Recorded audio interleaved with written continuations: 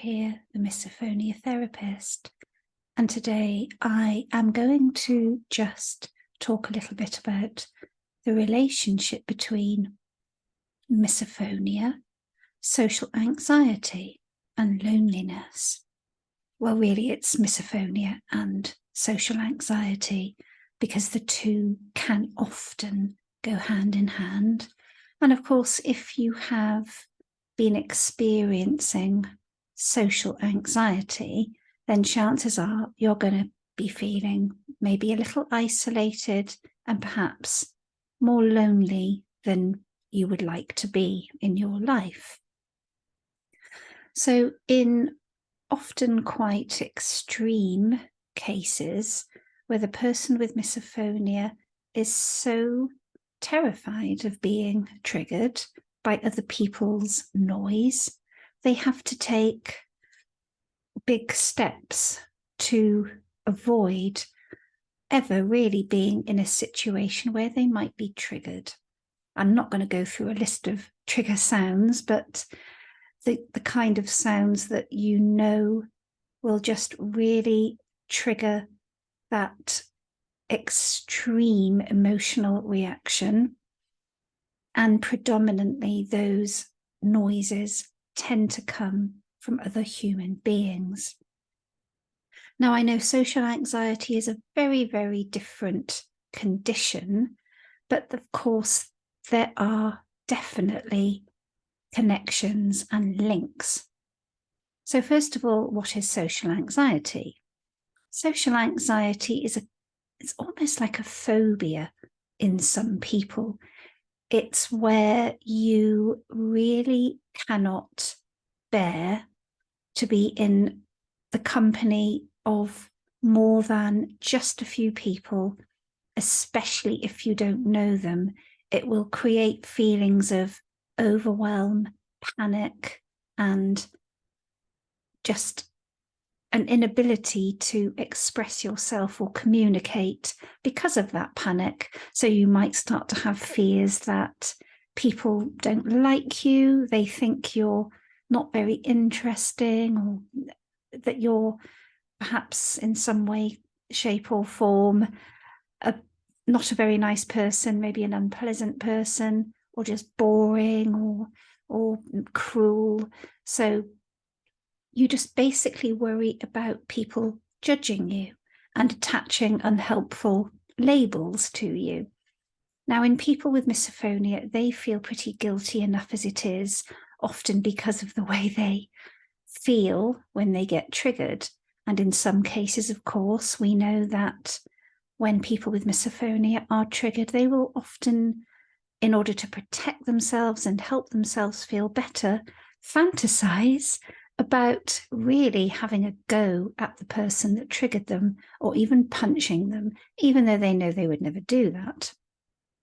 So why on earth would you ever want to go to a party or go somewhere where you just feel the weight of other people's judgment and the anxiety, especially the anticipatory anxiety of being triggered or not being in control, and perhaps there's no way out?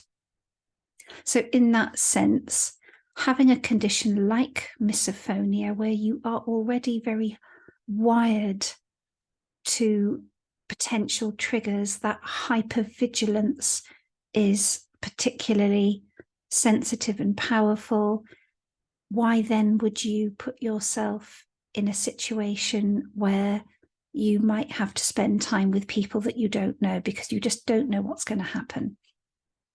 And that really does form the basis anyway of social anxiety. It's just that level of discomfort that you get at the prospect of being with not necessarily new people, but any people, particularly a lot of people or a group of people.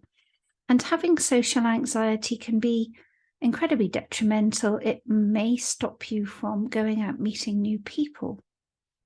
It might stop you from perhaps applying to go to university or get a job where you know that you'll be with, working with maybe lots of different people. It can be incredibly disabling because it keeps you trapped in your comfort zone, maybe just with the people that you know very well. And it is not conducive really to getting out there, meeting people, forming relationships. And as a result of that, you might start to feel quite a sense of loneliness, which is the worst, most crushing, disempowering feeling, as anyone who knows, anyone who has experienced it before will know.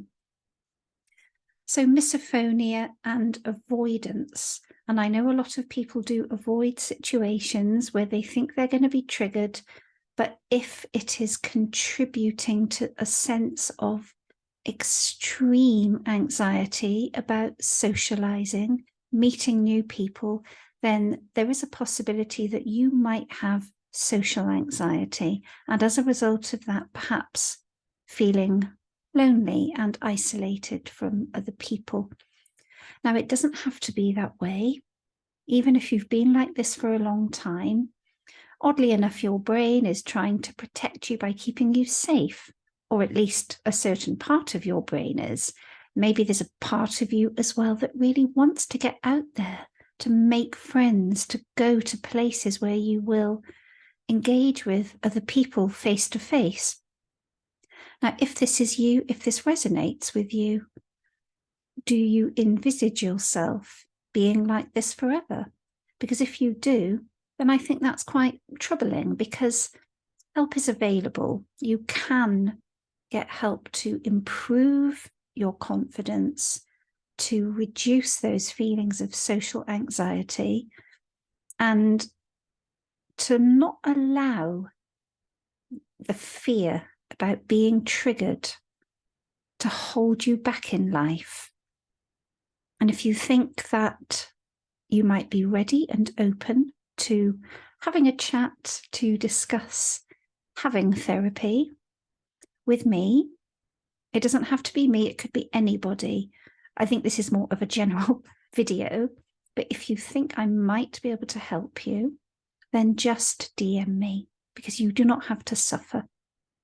Okay, so I hope this has been helpful in drawing a parallel between those conditions, and I will be back tomorrow with more content. Bye for now.